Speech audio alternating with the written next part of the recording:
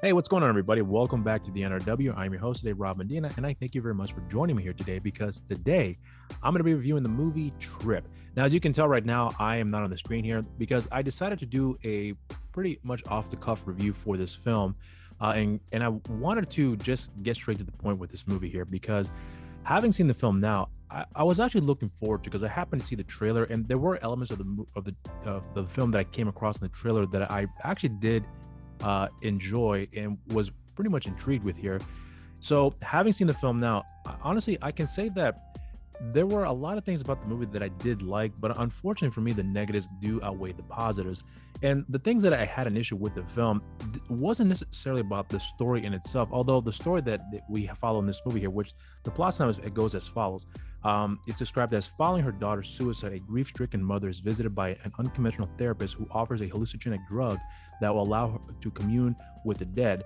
Desperate to understand her daughter's psyche, she accepts the offer and soon finds herself terrorized by her daughter's identical experiences. So, with that plot synopsis there, it seems rather interesting. But I'll be honest, I was a little skeptical about the plot synopsis, but I was willing to check it out to see what they were going to do differently with this particular genre here. Having seen many films like this before, and it was just okay for me. I didn't hate the movie at all. I don't think it's the worst film I've ever seen. That's not the case at all. But I didn't really connect with the overall story as much as I anticipated here because there were elements of the film that I truly did enjoy. I will say that the performances here by the actors in Akasha Villalobos, Major Dodge, Peggy Schatz, I think she pronounced her name, Jill Young, and it's also being promoted here that Chucky star Bjorgvin Arneson. If I mispronounce him, I apologize here. But he's basically being put up there as one of the main attractions for this film. But he's not in the film for very much at all. In fact, he's in the film very, very little. And I'm not saying this is a misleading way of promoting here, but they definitely are putting him out there considering the success of the Chucky series. And I understand what their reasons for doing so here. But here's what I will point out as one of the positives that I took away from the movie. I honestly thought the performances were really good. There were elements of the performances that I thought were very good. They're in some more isolated moments where, without really getting into spoilers here, there was a lot of wonderful moments between the husband and the wife where they're both dealing with the loss of their daughter rather differently.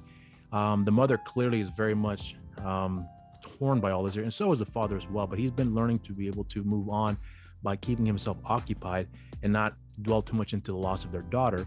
Clearly, that's still very much in his mind here. But the mother, on the other hand, refuses to leave the house to the point where she's almost like imprisoned in the home as well, because she's refusing to want to face the world, if that makes any sense.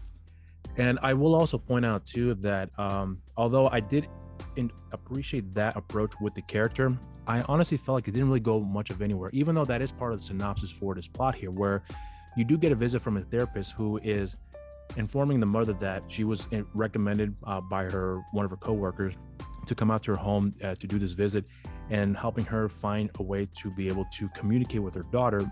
And of course, the mother feels very much insulted with that type of offer there, considering that we kind of get the feeling that she doesn't really necessarily believe in that. But the fact that there's an opportunity to speak with her daughter, understand what was the cause of her daughter's death and why she had killed herself in that from what we see in the beginning of the movie, I could see that a parent would be very much tempted to do so here. But what I also found rather kind of unfulfilling in respects to that part of the story here is that it definitely does build up to something, but when it builds up, especially towards the end of the movie, to what this event is supposed to be, I didn't gather much of anything from the story. Now, I will also point out that there is more or less a redemption side to this character that I did appreciate, but just the way that it was executed for me personally didn't really work all that well for me. Now, as far as the promotion of having the name of Bjorgvin Arnarsson, if I mispronounce the name again, I apologize. I actually tried to do my research on how to pronounce the name properly, and I still couldn't get it here. But the fact of the matter is that I was curious to see of his performance in the movie, and honestly, he wasn't bad at all. But I wasn't feeling the impact of this character in the movie, although he definitely does play an integral part to the story that more or less helps the mother in trying to confront these hurdles that she's being dealt with here. And it was one of those things I just felt like I wouldn't say it's a wasted opportunity because I don't feel that was really the case. It's just the way that it was executed for me personally didn't work all that well for me. So the groundwork for the film was intriguing for me personally. I actually did like the story.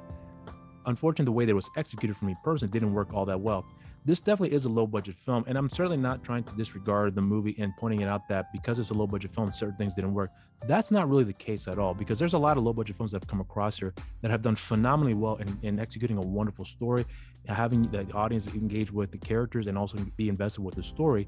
So it really wasn't about the story in itself. It was just the execution of the story and how the characters were handled in certain respects of the plot synopsis here that just didn't do much here for me. And truthfully, even though I liked aspects of the film, it's not a film that I'll be honest with you in saying that I would really want to go back to watch here again. If someone else would want to see the movie and would like for me to sit down and watch with them, I would certainly watch the film because, again, there are aspects of the movie that I did enjoy, but overall, it just didn't do much here for me. So for my rating for this film, I would say that this movie is at least worth a shot. Now, just to inform you all, this movie is actually going to be released on Terror Films AVOD channel on May 13th this week. And then on May 20th, it's going to have a wide digital release. So if you are interested in checking out the film, I recommend you guys do so and go out of your way really to support independent film, because even though I didn't like the film all that much, I still think that people should check it out and give it a shot, because there may be some things that you would enjoy about it that I certainly didn't really enjoy as much. But there were aspects of the film I meant to say that worked very well, that showed some promise here. But again, it just wasn't executed all that well for me personally. But if you have seen the film, let me know what you guys think in the comment section down below. And also, if you haven't done so already, subscribe to our channel. Make sure you also share, like our videos, and hit the notification bell while you're down there. And also follow us on our social media accounts as well. On Instagram, on New Release Wednesdays, on Facebook, Nerds Rule the World, and on Twitter at the NRW. And you can follow me on my social media accounts on Instagram and Twitter at Mr. Rob Medina, and on Facebook, simply just Rob Medina. And I also have a show on the channel here called You're So Cool with Rob Medina, and I have social media for the show as well. On Instagram, You're So Cool with Rob Medina, and on Twitter, You're So Cool WRM. And until next time, everybody, hope you guys enjoy this review. Stay safe out there, and cheers.